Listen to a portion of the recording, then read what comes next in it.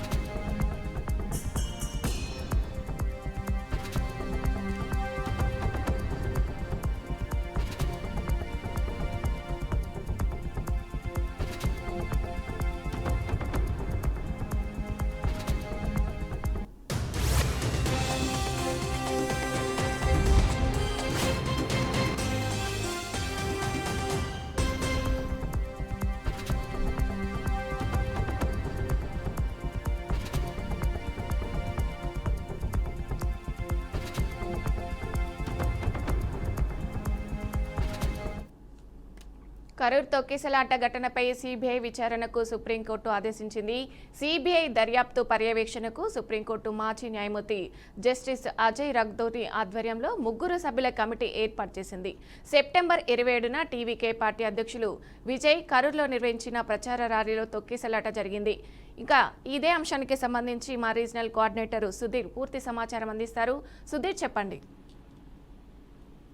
ఏదైతే గత నెల 27వ తేదీ తీసుకుంటే తమిళనాడు రాష్ట్రం కరూరులో టీవీకే పార్టీ అధినేత విజయ్ ఏర్పాటు చేసినటువంటి భారీ బహిరంగ సభలో తీసుకుంటే దాదాపు ఈ యొక్క తొక్కిసలాట్లో 41 మంది మృతి చెందారు. 30 మంది పైగానే తీవ్ర గాయాల పాలై చికిత్స పొందుతున్నారు. అయితే దీని మీద పలు అనుమానాలు రేకెత్తిస్తూ అలాగే ప్రస్తుతం ఉన్నటువంటి డిఎంకే పార్టీ ఏదైతే రూలింగ్ ఉందో దీని మీద పూర్తిగా అసత్య ప్రచారాలు ఆరోపణలు చేస్తూ ప్రజలను తన పైన ఒక నెగిటివ్ థాట్ తీసుకొచ్చే విధంగా చేస్తున్నారనే నేపథ్యంలో మద్రాస్ హైకోర్టులో సిబిఐ విచారణకు చేయాలనేటువంటి నేపథ్యంలో తను పిల్లి వేయడం జరిగింది. అయితే హైకోర్టు ఆ యొక్క పిల్లి నిరాకరించారు సిబిఐ విచారణకి. ప్రస్తుతము సుప్రీంకోర్టు చేసినటువంటి పిల్లి మేరకు సుప్రీంకోర్టు 3 కమిటీ సభ్యులను ఏర్పాటు చేసి దీని మీద సిబిఐ విచారణ జరిపి పూర్తి నివేదిక కూడా సమర్పించాలని చెప్పారు. అయితే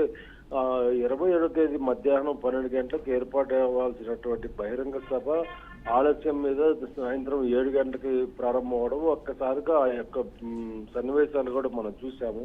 దాదాపు 60 అడుగులు వెడల్పు ఉన్నటువంటి రోడ్లో అంత జనాలు రావడంతో భారీగా ఒక్కసారిగా ఒకరి మీద ఒకరు పడుతూ తొక్కిసలాట్లో దాదాపు 40 మంది చనిపోయారు. అందులో చిన్నపిల్లలు ఉన్నారు, మహిళలు కూడా చనిపోయినటువంటి పరిస్థితి ఉంది.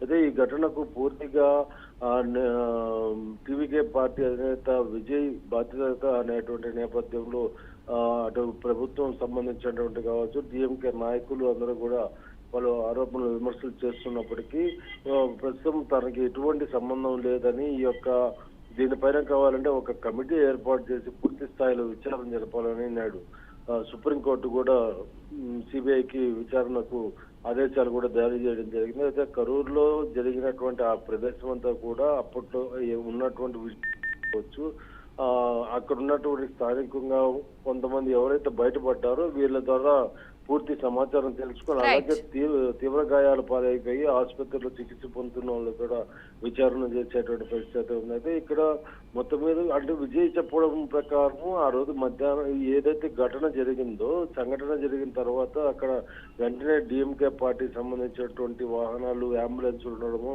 వాళ్ళని తీసుకెళ్లడం అలాగే వాటర్ బాటిల్ కూడా ముందస్తు వాళ్ళు పంపిణీ చేశారనేటువంటి పలు అనుమానాలు కూడా అతను చెప్పడం జరిగింది. ప్రస్తుతం దీని మీద సిబిఐ విచారణ జరపాలని సుప్రీంకోర్టు ఆదేశాల మేరకు దీని మీద సమగ్ర విచారణ తీసుకుని నివేదిక సమర్పించనున్నారు.